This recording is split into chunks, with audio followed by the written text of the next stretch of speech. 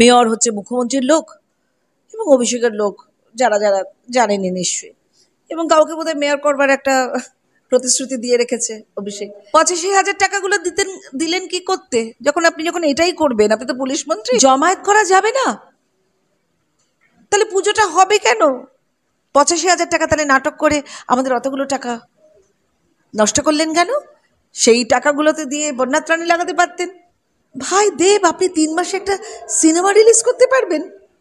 অত বড় একটা ঘাটাল মাস্টার প্ল্যান, মুখ্যমন্ত্রী আপনি নিজে বলুন 3 দিনের মধ্যে আপনি পুলিশ, আবার পুলিশ যার হাতে কিনা শাসন ব্যবস্থা। আমার তো মনে হচ্ছে ধর্ষণ টর্ষণ ও আরো অনেক কিছু অনেক বেড়ে যাবে। আপনি আর এসব কথা বলবেন না। 3 দিনে পুলিশ তৈরি হয় না, যেমন 3 মাসে ঘাটাল মাস্টার প্ল্যান তৈরি হয় না। আপনার কাছ থেকে শিখেছে আপনার চেলাপোলারা। কেসটার চেহারা দেখেছেন তো তিহার থেকে আসার পর? আমরা তো চিনতেই পারিনি। এটার একটা পাবলিসিটি স্টান্ট হতে পারে রাজন্যার সাথে, যে কোনো কোনো ব্যাপারে, কারণ ও এত আবল তাবল কথা বলছে যেটা একটা দলের পক্ষেও কিন্তু ঠিক নয়। কিন্তু দলের কোথাও না কোথাও একটা ইন্টিগ্রিটি, যে কোনো দলের, যার নেত্রী আন্দোলন দিয়ে উঠে এসেছেন, যদিও আন্দোলনকে উনি নির্মমভাবে প্রতিহত করার চেষ্টা করছেন সব রকম দিক থেকেই, কিন্তু রাজন্যা ইদানিং মানে পোস্টের লোভে হোক বা লিডার্সদের চটি চাটতে গিয়ে হোক, উনি একটু বেশি বলছেন, তাই একটু সাময়িকভাবে একটু বরখাস্ত করা হয়েছে। কিন্তু টোটাল ব্যাপারটা আমার কাছে ভয়ানক ফিশি।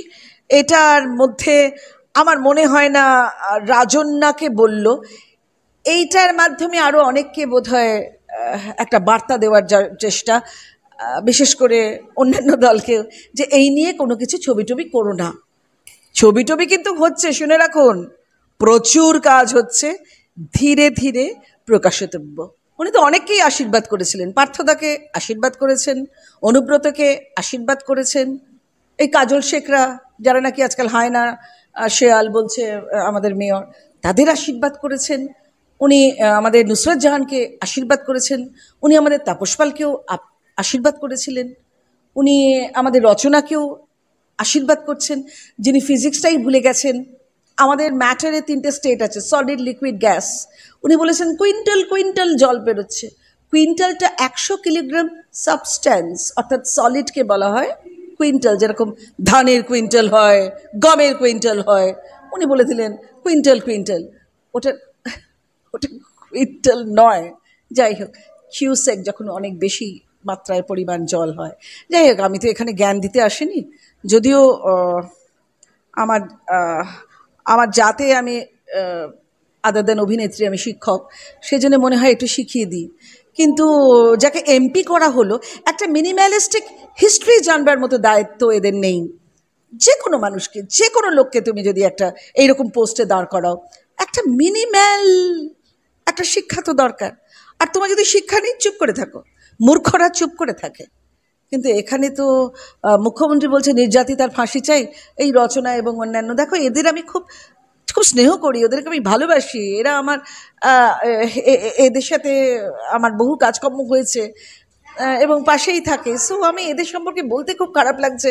কিন্তু এমএলএ এমপি আমি নাম করে না বলি, এমএলএ এমপিরা তারা বলছে যে নির্যাতিতার ফাঁসি হোক। যখন মুখ্যমন্ত্রী বলছে নির্যাতিতার ফাঁসি হোক, তখন ও বলছে নির্যাতিতার ফাঁসি হোক।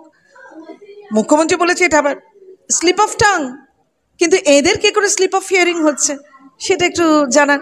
তাই এদের সবাইকে একটা বার্তা দেওয়ার একটা প্রচেষ্টা।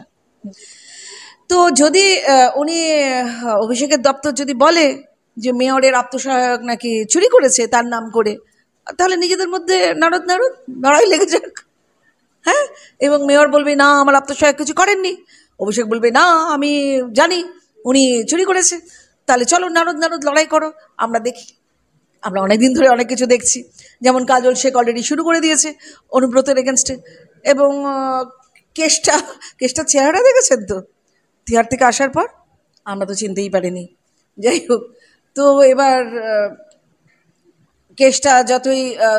কেসটাকে যতই কাজল শেখ এখন ইনস্টিগেট করার চেষ্টা করুন না কেন, উনি এখন মোটামুটি ওইখানে কয়েক বছর থাকার পর উনি বুঝতে পেরেছেন না ভাই আর দরকার নেই, অত ঝামেলা করার দরকার নেই। উনি নাকি বাঘ, বাঘছালো নন। তো যাই হোক, মেয়র আবার তাকে বলেছে যে উনি বাঘ, বাঘ বেরোলে কি কাণ্ড হয়।